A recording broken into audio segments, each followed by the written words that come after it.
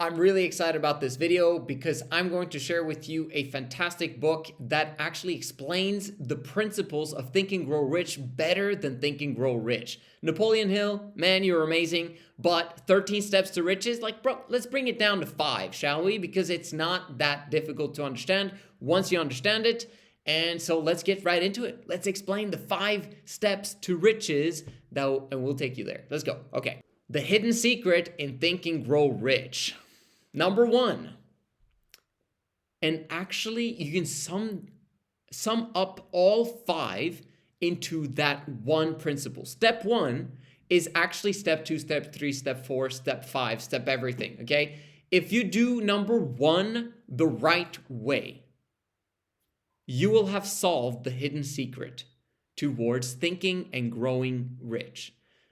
You need to have a burning desire to accomplish one major definite purpose. Let's explain what that means, because this is very difficult for people to understand, and for good reason. First of all, everyone is trying to succeed in everything. And what I mean by that, they try to succeed in health, they try to succeed in romance, they try to succeed in money, they try to succeed with their friends, they try to succeed, etc., etc. And so over time, you become completely and utterly diversified. This is not the way to live your life. This is not the way to success or to do anything worthwhile.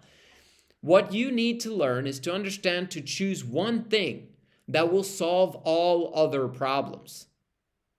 Now, a client of mine was asking me, what does it mean, one major definite purpose? And he was thinking in terms of like, should I have one life purpose? Like, I want to do more things than just one thing. And like, and how do you find your purpose? Like, it's really difficult. Instead of just making it complicated, you want to keep it simple. And keeping it simple means trying to locate what is that one thing that if I just did this one thing, it would achieve everything else. So I always start with helping people to start their 100 dreams list, because this is a magical process whereby your brain is expanding in real time. And because you're going to struggle with it. You're going to write down 5 things and then you're like, my brain, I can't get to the next level. Bro, you can continue. And then most people struggle at 20, 25, 30. I can't write anymore. You need to write down 100 dreams and goals. But Joseph, doesn't that completely go against step number 1 of achieving one major definite purpose? No, it is crucial that you do that, because we're talking about like an hour, 2 hours exercise, basically, of you doing that. And then what's going to happen? What's going to happen is that you now take 100 down to 20, because you have to decide what are the top 20 out of these 100. And now you thought outside the box, you thought big, you were looking at life as possibilities. You were thinking abundance instead of scarcity. Just having one thing is kind of a scarcity mindset, right? But if you have 100 things, bro, I can achieve all of those things. Yes, you can. But the only way that you're going to achieve those 100 things is by bringing it down to the 20 most important, and then bringing that down to the 5 or 3 most important. And then out of those 5, you'll find that there's one. There's one that if you do that one major definite thing, that one goal alone will take care of all of the other 100. What I've noticed in my time, in 15 years in personal development, is that every single time, that one thing has to do with time and money. Time and money freedom. You will notice that if you have time and you've got money, you pretty much can do anything that you desire to do throughout your lifetime. All of your dreams will come true if you understand the secret of Think and Grow Rich, and you also get your time and money freedom. So what should you use your major definite purpose on? What should that one choice be? My recommendation, and it might be something different for you. Your thing might be, I want to become super, super duper healthy. Great. Then you'll become super duper duper healthy. And then what? Right? Well, I can do this, I can do that. Yes, but you'll still be limited because you still need food on the table and you need a roof over your head. And as a result of that, You're stuck working 8 hours a day at a job. We need to get rid of that one first. But like I said in my last video, you got to do the opposite, okay?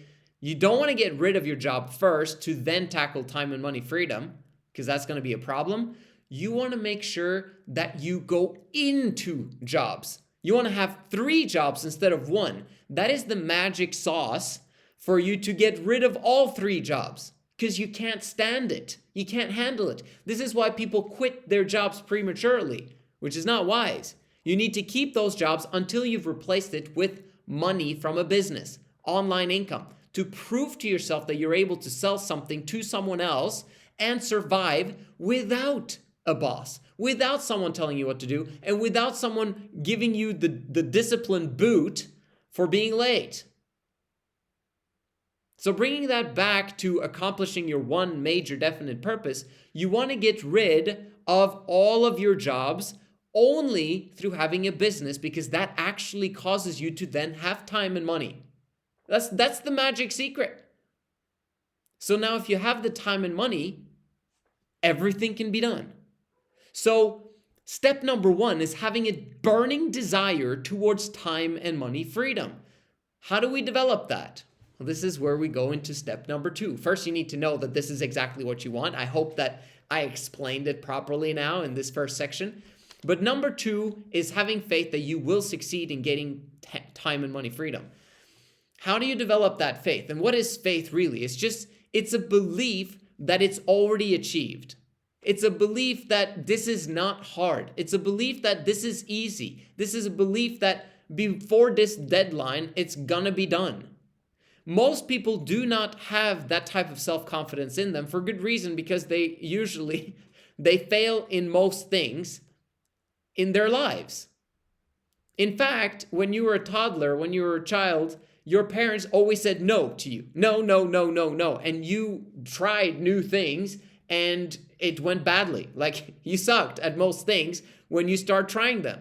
And the cool part about being a child is that you're curious, and so you don't give up easily, right? When you try to stand up for the very, very first time in your life, it's not like your parents were like yelling at you for not being able to stand up the first time that you tried to stand up. But you failed the first time you tried to stand up as a baby. And then you fell. And then they said, yay, good job, woo! And that caused you to desire to stand up again. And then again, and then again. At some point, though, they began to scold you for doing new things. Although they should have done this exact same thing as they did when they saw you stand for the first time. They should have been like, yay, you failed. Yay, you crashed on your bicycle. Yay, you put your finger in the freaking electrical unit and scorched yourself, right? Yay! I'm kind of exaggerating, but you got to understand that this is our brains we're talking about here, where we are receiving social benefits for doing things that are correct, and then we get punished for doing things that are not right, hopefully, right? But if that thing is twisted, and we get punished for doing something that's right and heading in the right direction, that's a problem. Very often when you say that you want to have time and money freedom and you want to go and start a business, your friends and family are going to punish you. Isn't that strange? Like, you're supposed to be like, yay, he's going out there and trying something different than all the rest of us. And yet they're there criticizing you and saying, oh man, I don't know if that's a good idea. Man, what if you're going to get burned? What if this happens? And bro, you're going to get scammed and you're going to fail and da-da-da. That is not the way to go to increase your faith that you will succeed in getting time and money freedom. And so you probably should be focusing on gaining more faith than decreasing your faith with friends and family. And how do you get more faith in the process? You get more faith by being around people who already have their time and money freedom. I've had my time and money freedom, okay? There's been less money than time. I've had time, but money was scarce for a while there after I quit my job. Although I had succeeded in business, it was difficult to live in Norway having an online business and trying to make things work there, right? But I had time. In 2016, October, I quit my full-time job and I never had a proper full-time job ever again, of which I am so grateful, right? And so who should be spending more time with? Your friends and family who still have jobs, or people that have actually gotten their freedom? It's a given.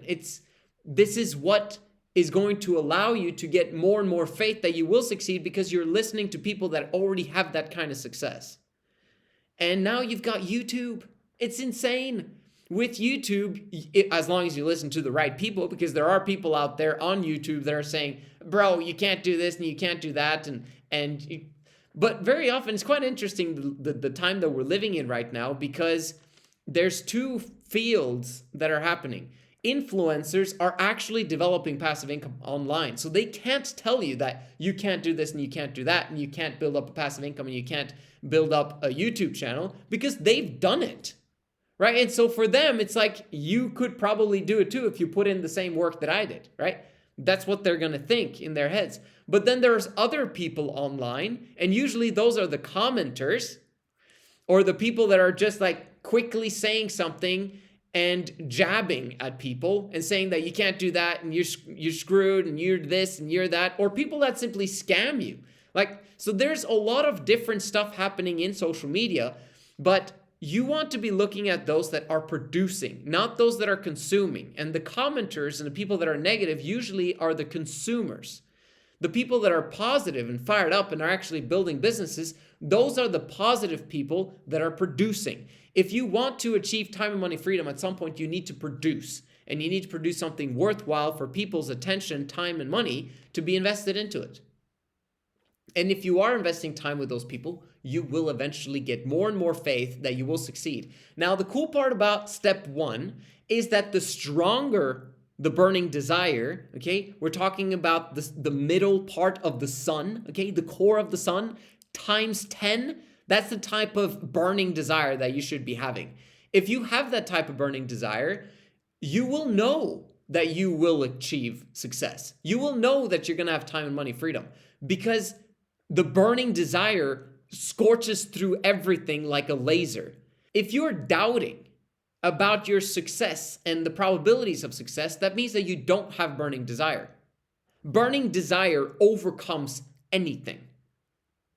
And so that is the goal, is to continuously nurture that burning desire. And that is what is meant by having faith. It's like, I've already achieved it. I know that I, at some point in time, and preferably before this deadline, will have what I'm intent on achieving. So the stronger the burning desire, the more you're not going to care about what other people think, and also the more you're going to believe that you're actually going to get it. So that's step 2. Step 3 is, if you naturally have a burning desire, massive, intense burning desire, I can't not emphasize that enough, you will believe, but you will believe so much that you will start producing a plan. And this plan is not going to be the plan that gets you there. That plan that you're initially creating is a wrong plan. It's a bad plan, but that's fine. Actually, it's necessary. You need to go through the bad planning stage first, where you are ignorant of the subject of success in that specific thing that you're trying to do, but it's necessary. And every single failure that you're going to go through when it comes to those plans are going to, as long as you take action on it, give you a better plan and give you those small golden nuggets, the inspiration, the itty bitty thoughts that you get when you wake up in the morning, or when you're in the shower, or when you're sitting on the crapper thinking, in order for you to get an idea that allows you to organize the plan to take action on getting that time and money freedom, since that's what we're talking about here. You're going to create a better plan, it's going to fail. You're going to take more action because you made a better plan, it's going to fail again. And then eventually you come up with a genius plan, not because of you, but because of your research, because of inspiration from above, and because of inspiration from other people that you've seen do the same thing, and then you got a few gold nuggets, you found out what's right and what's wrong, what's easy and effective and what's hard and not so effective, or the opposite, right? All of those things will guide you towards an increased in burning desire. I'm repeating it again because the action taking and then seeing positive results from you getting a better plan and then a better plan, that will increase your faith, which will increase your burning desire, which is going to go back into a better organized plan and more action taking. You're developing momentum here, and that's what's so powerful about all of this. Which leads us to number 4. You don't want to give up, ever. Because if you give up, that is now putting a damper on your burning desire. The only reason why your burning desire stopped is because of the doubt that creeped in. Doubt creeps in when you stop taking action. So if you're only in heaven, so to speak, and like I'm mentally masturbation, that's what people call it these days. When you are only planning and you're not taking action on things that need to get done, then you're eventually, because the deadlines are being moved continuously because you didn't have time to do the action because you were so busy planning it that nothing got done, your faith and your burning desires is going to get less and less and less intense. You're not going to have burning desire anymore. It's going to become lukewarm over time. And that is what causes you to quit. If you had intense desire, you would never quit. And so the goal is to then continuously never give up. Like if you can make a decision to never ever give up on your time and money freedom goal, using that as an example, you will eventually get your time and money freedom. It's impossible for you to invest more than 10,000 hours into something and not become world class in the world at that specific skill. And thinking yourself to growing rich is a skill. So if you invest 10,000 hours into trying to understand how can I get time and money freedom, you will get it. We're talking 40 hours a week for 5 years and you will have your time and money freedom. It's impossible for you not to in this day and age because of the internet, because of we're online and everything's possible. Now, obviously you could lose it all, but once you've lost it once, you know how to gain it back as long as you went through this process right here. If you win the lottery, then you probably don't know how to get it back. And that's very, very sad because you've experienced how it is to have a lot of money. But if you do get tons of money as a result of you following the secret and doing everything that needs to get done in order for you to achieve it, you will achieve it. That's the cool part. And then the secret ingredient, consistency in all steps. Why do you think I'm a consistency coach? Because I understand these principles and I understand what is necessary in order for you to develop the kind of mindset and the habits and the tools and the resources and the people, the network, the capital, and all the things that are necessary for you to think and grow rich. It's because consistency is the key to building momentum. Momentum is the key to burning desire. Because the more momentum you get on the flywheel, okay, you can call it the flywheel or you can call it the exponential ascent, okay, or the exponential growth in terms of your burning desire. If there was a number on burning desire, you start with 2, and then 4, and then 8, and then 16, and 32, and 64, and 128, 256, and 512, 1,024, right? All that is the exponential growth curve of burning desire. And you start with just a little bit. You just start with the seed. In the beginning, you got nothing. You don't believe you can do it. Okay, so you've already failed. Well, as long as you don't give up on the belief that you potentially could do it, how does that giving up look like? It means that you stop spending time with people that already have it. That's really what it comes down to. You stop believing that it was possible because you started hanging out with people that believed it is impossible.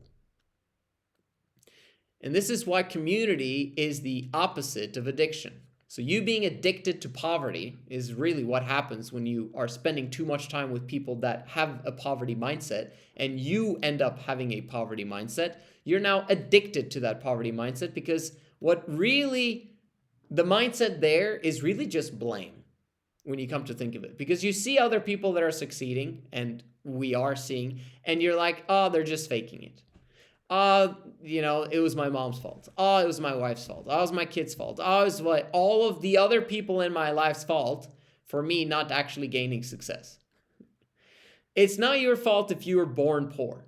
It is totally and utterly your fault if you die poor. So at some point in your life, you have to make a decision that you will die rich.